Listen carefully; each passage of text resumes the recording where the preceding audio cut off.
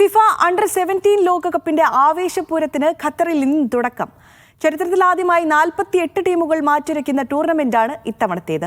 ദോഹയിലെ Aspire സോണിലാണ് കലാശപ്പോരൊഴികെയുള്ള പോരാട്ടങ്ങൾ. 27-ന് ഖലീഫ international സ്റ്റേഡിയത്തിലാണ് കലാശപ്പോര്.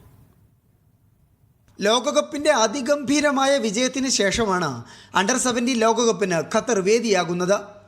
ഉദ്ഘാടന ദിനമായ ഇന്ന് ലോക ഫുട്ബോളിലെ വമ്പന്മാരായ അർജന്റീന, പോർച്ചുഗൽ, ഇറ്റലി ടീമുകൾ മത്സരത്തിനിറങ്ങും. ബെൽജിയത്തെയാണ് അർജന്റീന നേരിടുക. ആതിഥേയരായ ഖത്തറാണ് ഇറ്റലിയുടെ എതിരാളികൾ.